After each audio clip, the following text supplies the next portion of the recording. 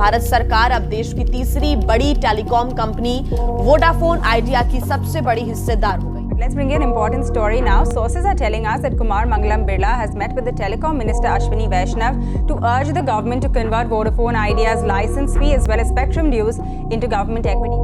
वित्तीय संकट से जूझ रही वोडाफोन आइडिया कर्ज की तलाश में बैंकों के पास भटक रही है। आप में से ज्यादातर लोगों ने वोडाफोन आइडिया की सिम को कभी ना कभी तो जरूर से यूज किया होगा। वोडाफोन आइडिया जियो और एयरटेल के बाद इंडिया की तीसरी सबसे बड़ी टेलीकॉम कंपनी है, जिसके पास 25 करोड़ से ज्यादा यूजर्स हैं, लेकिन फिर भी वोडाफोन आइडिया भारी भरकम कर्ज के नीचे दबी हुई है। आज वोडाफोन आइडिया पर 2,20,000 करोड़ रुपए का कर्जा है, जो कि डेली बढ़ता ही जा रहा है। साथ ही वोडाफोन आइडिया डेली बेसिस पर अपने सब्सक्राइबर्स को लूज कर रहा है।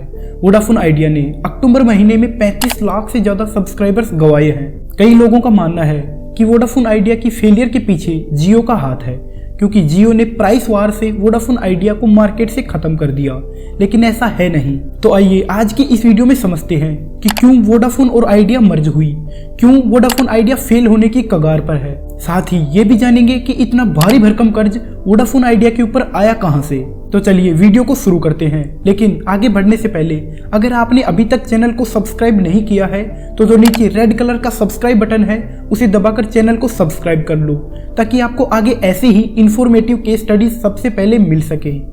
वोडाफोन आइडिया की फेलियर को समझने से पहले एक बार हम टेलीकॉम इंडस्ट्री की शुरुआत को समझते हैं कि आखिर टेलीकॉम इंडस्ट्री ने इंडिया के अंदर जन्म कैसे लिया। तो चलिए चलते हैं आज से 30 साल पहले 1990s के टाइम पर। लिबरलाइजेशन से पहले टेलीकॉम इंडस्ट्री के अंदर एंट्री लेना बिल्कुल भी आसान नहीं था, क्योंकि उस टाइम पर टेलीकॉम सेक्टर पर बहुत ज्यादा रेस्ट्रिक्शंस थी और इसी कारण लिबरलाइजेशन से पहले इंडिया के अंदर कोई भी टेलीकॉम कंपनी नहीं थी, जिससे कि इंडिया का टेलीकम्युनिकेशन मार्केट बिल्कुल ठप पड़ा हुआ था। लेकिन 1994 में टेलीकॉम इंडस्ट्री का लिबरलाइजेशन हुआ, जिसके बाद प्राइवेट प्लेयर्स को टेलीकॉम इंडस्ट्री के अंदर एंट्री दे दी गई। अब अगर कोई भी कंपनी आना चाहे उन्हें एक तो लाइसेंस फीस देनी होगी, साथ ही SUC स्पेक्ट्रम यूजेज चार्जेस भी देने होंगे। स्पेक्ट्रम एक्चुअली में वही होता है जो कि मोबाइल्स के अंदर सिग्नल्स पहुंचाने का काम करता है, लेकिन उस टाइम पर लाइसेंस फीस इतनी ज्यादा थी जिससे कि कोई भी कंपनी टेलीकॉम इंडस्ट्री के अंदर आने की सोच भी नहीं सकती थी।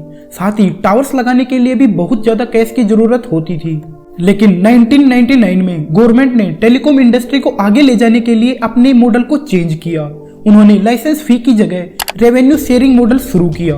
अब आपको आपके AGR मतलब एडजस्टेड ग्रोस रेवेन्यू, आपकी कंपनी के टोटल रेवेन्यू के ऊपर कुछ परसेंटेज गवर्नमेंट को देना होगा, जिसके बिहाफ पर कंपनी आपको बिना लाइसेंस फीस के लाइसेंस देगी, जिससे कि प्राइवेट कंपनीज का टेलीकॉम इंडस्ट्री के अंदर एंट्री लेना बहुत आसान हो गया, क्योंकि अब उन्हें लाइसेंस फीस तो देनी नहीं है, अब उन्हें टावर्स लगाने हैं और अपनी सर्विस शुरू करनी है, जिससे कि वो अब कम पैसों में भी अपनी टेलीकॉम सर्विस शुरू कर सकते थे। लेकिन कुछ टाइम बाद कंपनीज और गवर्नमेंट के बीच में फाइट होना शुरू हो गई, क्योंकि डिपार्टमेंट ऑफ टेलीकम्युनिकेशन ने कहा कि जो एडजस्टेबल ग्रोस रेवेन्यू होगा उसमें कंपनी का सर्विसेज और नॉन सर्विसेज सभी को मिलाकर जो रेवेन्यू होगा उसमें कुछ परसेंटेज गवर्नमेंट को देना होगा।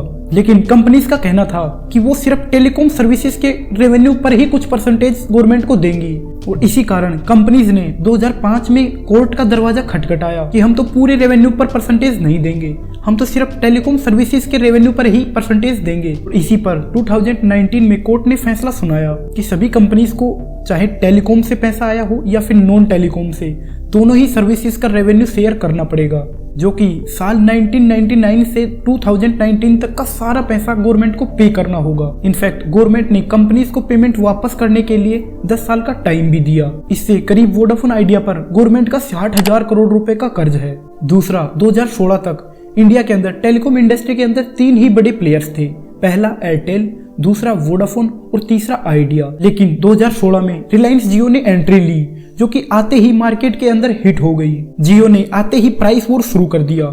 जियो ने अपने वॉइस कॉल्स को फ्री कर दिया, साथ ही डाटा भी बहुत सस्ता कर दिया, जिससे कि उस टाइम की एग्जिस्टिंग कंपनीज का सरवाइव करना भी बहुत मुश्किल हो गया। देखते ही देखते जियो ने मार्केट को कैप्चर कर लिया और 422 मिलियन सब्सक्राइबर्स के साथ इंडिया की नंबर 1 टेलीकॉम कंपनी बन गई। और इसी कारण जियो के साथ compete करने के लिए 2018 के अंदर वोडाफोन और आइडिया मर्ज हो गई।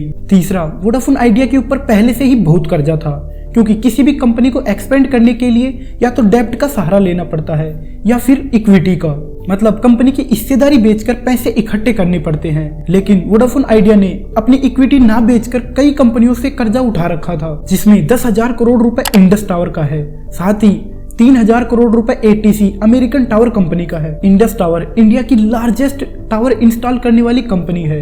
इंडस टावर ने VI को वार्निंग भी दी है कि वो जल्दी से जल्दी उनकी ड्यू पेमेंट्स को क्लियर करे, नहीं तो वो VI के नेटवर्क को बंद कर देंगी। इसी कारण जहां कंपनी जियो के कंपटीशन से स्ट्रगल कर रही थी, वहां पर कंपनी के सर पर इतना ज्यादा कर्जा आ पड़ा।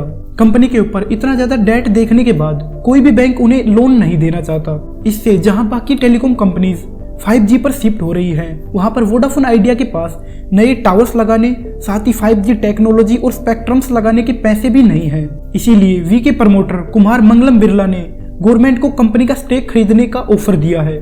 लेकिन गवर्नमेंट और वी की डील के बीच में डिपार्टमेंट ऑफ टेलीकम्युनिकेशन कहता है कि जब तक वोडाफोन आइडिया का शेयर प्राइस 10 रुपए से ऊपर नहीं आ जाता, तब तक ये डील नहीं हो सकती। अब वोडाफोन आइडिया के पास दो ही ऑप्शंस हैं कि या तो वो कहीं से भी फंड्स लेकर आए या फिर अपनी बैंकरप्सी फाइल करे। लेकिन अभी गवर्नमेंट वोडाफोन आइडिया को बचाने में लगी हुई है, क्योंकि अगर वोडाफोन आइडिया बैंकरप्सी फाइल करती है तो इससे इंडियन इकोनॉमी पर बहुत फर्क पड़ता है। तो चलिए आज की इस केस स्टडी में बस इतना ही।